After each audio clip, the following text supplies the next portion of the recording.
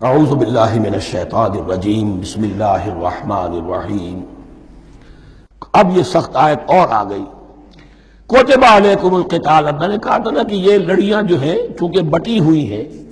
تو ایک لال اور ایک پیلی اور ایک ہری اور ایک نیلی، تو یہ نظر آتی ہے ایک طرف سے کہ کٹے ہوئے ہیں رنگ، ان کو کھول دیں گے تو ہر لڑی مکمل ہو جائے گی، ایک گویا کہ تسلسل ہے۔ کتب علیکم القتال وہو کرہ لکم، مسلمانوں اب تم پر جنگ فرض کر دی گئی ہے اور وہ تمہیں گراں گزر رہی ہے۔ یہ مضمون اصل میں اس سے پہلے سورہ محمد نازل ہو چکی ہے اور اس میں قتال کی فرضیت آ چکی ہے، اس کا نام سورۃ القتال بھی ہے۔ لہذا اب اس کے حوالے سے کچھ لوگ جو ہے وہ پریشان ہو رہے تھے، اور میں نے آپ سے عرض کیا تھا منافقین بھی یہی کہتے تھے کہ بھائی صلح جوئی سے کام لو، بس دعوت و تبلیغ کے ذریعے سے لوگوں کو ٹھیک راستے پر لاؤ، یہ جنگ ونگ جو ہے لڑائی بھڑائی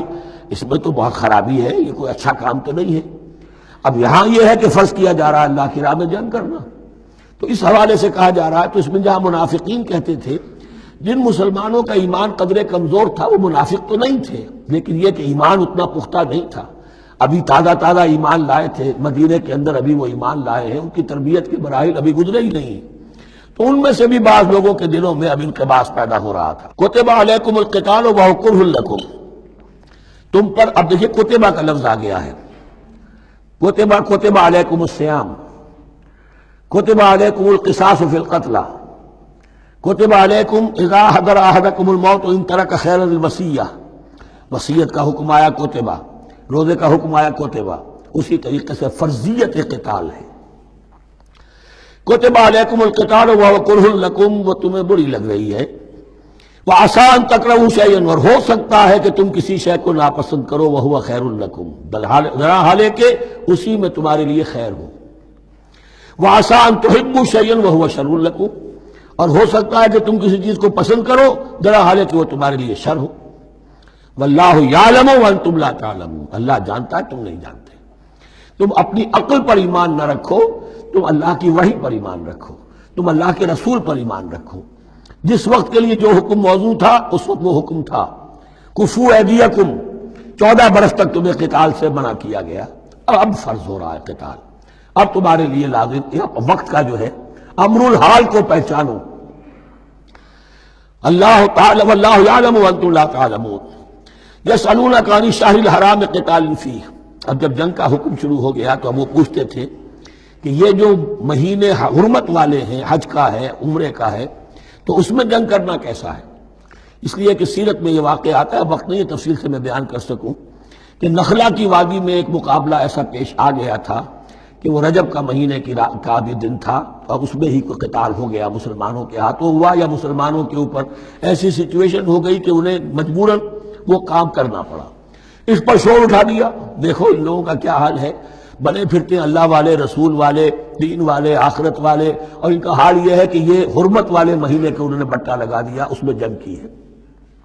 یہ اصل میں ان حضرات کی طرف سے گویا کہ اللہ تعالیٰ اپنے ان مومن بندوں کی طرف سے خود صفائی پیش کر رہے ہیں۔ یسألونک عن الشہر الحرام قتال فیہ، پوچھتے ہیں آپ سے حرمت والے مہینوں میں قتال کا حکم، قل قتال فیہ کبیر، کہہ دیجئے ہاں حرمت والے مہینے میں جنگ کرنا بہت بڑی بات ہے، یعنی بہت بڑا گناہ ہے، لیکن وَصَدٌّ عَن سَبِيلِ اللَّهِ وَكُفْرٌ بِهِ وَالْمَسْجِدِ الْحَرَامِ وَإِخْرَاجُ أَهْلِهِ مِنْهُ أَكْبَرُ عِندَ اللَّهِ، یہ بھی تو دیکھو کہ جن لوگوں نے وہ جرم کیے ہیں کہ جنہوں نے اللہ کے راستے سے روک دیا، اللہ کا کفر کیا، مسجد حرام کے راستے روک دیے مسلمانوں کے لیے، اب یہ نہیں جا سکتے، بیت اللہ میں عبادت نہیں کر سکتے، اخراج اہلہ منہ، اس میں سے لوگوں کو نکلنے پہ مجبور کر دیا مکے کے مسلمانوں کو، اکبر عند اللہ، گناہ تو وہ بھی ہے لیکن یہ کہیں بڑا گناہ ہے اللہ کے نزدیک۔ تو سینس آف پروپورشن ہونا چاہیے کہ کس چیز کے مقابلے میں کس شے کی برائی ہے۔ والفتنۃ اکبر من القتل، یہ پہلے بھی آ چکا ہے، والفتنۃ اشد من القتل، اب آیا والفتنۃ اکبر من القتل۔ فتنہ ہر وہ کیفیت ہے جس میں صاحب ایمان کے لیے ایمان پر قائم رہنا اور اسلام پر عمل کرنا مشکل ہو جائے۔ آج کا پورا معاشرہ فتنہ ہے، اسلام پر عمل کرنا مشکل ہے، بدمعاشی کے راستے کھلے ہوئے ہیں، حرام خوری کے راستے کھلے ہوئے ہیں، حلال عقل حلال، دانتوں پسینہ آئے تو شاید نصیب ہو۔ شادی کے نکاح کے راستے بند کیے ہوئے ہیں، یہ شرطیں ہیں اور یہ شرطیں ہیں اور یہ شرطیں ہیں اور یہ ہے اور یہ چیزیں ظالمی ہیں، اور زنا کے راستے کھلے جائیے۔ جس معاشرے کے اندر جب غلبہ باطل کا ہوگا حق پر چلنا ممکن نہیں رہے گا، وہ جو باطل کا غلبہ ہے وہ سب سے بڑا فتنہ ہے۔ والفتنہ تو اکبر من القتل، فتنہ جو ہے بہت بڑی شے ہے قتل کے مقابلے میں۔ ولا یزالون یقاتلونکم حتی یردوکم عن دینکم ان استطاعوا،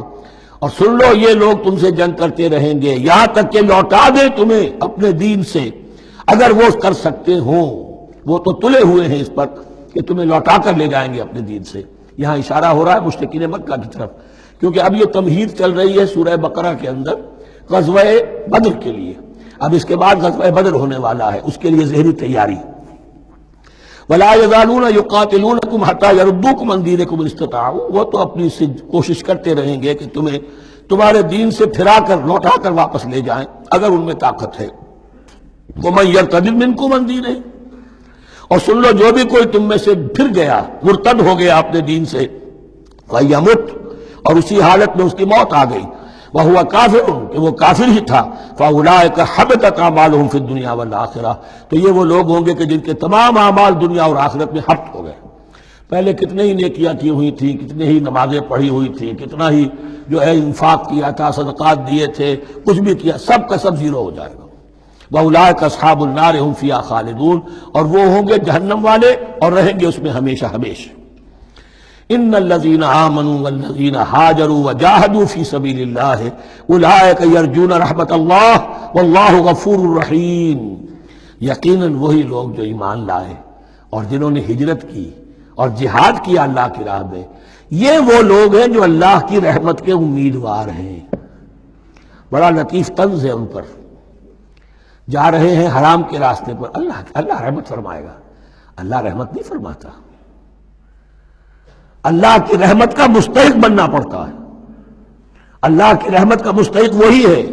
ان الذین آمنوا والذین ہاجروا وجاہدوا فی سبیل اللہ اولئک یرجون رحمت اللہ، وہ امیدوار ہیں اللہ کی رحمت کے، وہ امید کرے تو ان کی امید بجا ہے۔ واللہ غفور الرحیم، اور یقیناً اللہ تعالیٰ غفور الرحیم ہے۔ یسألونک عن الخمر والمیسر، اب دیکھیے یہاں سے شریعت کا جو بلو پرنٹ اب تیار ہونا شروع ہوا، کچھ احکام پہلے آ چکے اور کچھ احکام اب آ رہے ہیں، تو بیچ بیچ میں یہ لڑیاں جو ہیں کٹی ہوئی ہیں۔ یہ آپ سے پوچھ رہے ہیں نبی صلی اللہ علیہ وسلم شراب اور جوئے کے بارے میں، قل فیہما اسم کبیر، اے نبی ان سے کہہ دیجئے کہ ان دونوں کے اندر بہت بڑے گناہ کی پہلو ہے، ومنافع للناس، اور لوگوں کے لیے کوئی منفعتیں بھی ہیں، وَإِسْمُهُمَا أَكْبَرُ مِن نَفْعِهِمَا، اور ان کا جو گناہ کا پہلو ہے وہ نفع کے پہلے سے بڑا ہے، پہلو سے بڑا ہے، بس یعنی اشارہ کر دیا کہ چھوڑ دو اس کو، اب تمہاری عقل سلیم کے حوالے معاملہ ہے، حقیقت تم پر کھول دی گئی، یہ ابتدائی حکم ہے لیکن حکم کے پیرائے میں نہیں، بس یہ ہے کہ کچھ فائدے بھی ہیں، وہ تو ہے میں سے غرض نشات ہے کچھ روسیا کو، ایک گونا بے خودی مجھے دن رات چاہیے، اور میں کدے کی راہ سے ہو کر گزر گیا ورنہ سفر حیات کا بے حد طویل تھا۔ یہ حکمت سمجھ لیجئے کہ جوئے میں اور میسر میں کیا چیز مشترک ہے کہ دونوں کو جمع کیا گیا۔ شراب میں بھی انسان حقائق سے اپنے آپ کو منقطع کرتا ہے اور محنت سے جی چراتا ہے، He doesn't want to see the facts، مواجہہ کرنے کو تیار نہیں، فیس کرنے کو تیار نہیں ہے bitter facts آف لائف کو، تو میں ایک گونا بے خودی مجھے دن رات چاہیے۔ اور جوا بھی محنت کی نفی ہے، چانس، داؤ لگاؤ، ایک ہے محنت سے ایک آدمی کما رہا ہے، مشقت کر رہا ہے، کھوکھا ہے یا کوئی چھابڑی لے کے جا رہا ہے یا کچھ اور کام ریڑھی چلا رہا ہے، وہ اپنی کوئی کمائی کر رہا ہے، اور ایک یہ داؤ لگاؤ، داؤ سے کمانا، چانس پر کمانا، یہ بھی محنت کی نفی ہے۔ تو یہ دونوں کے اندر اصل میں علت ایک ہی ہے۔ صدق اللہ العظیم۔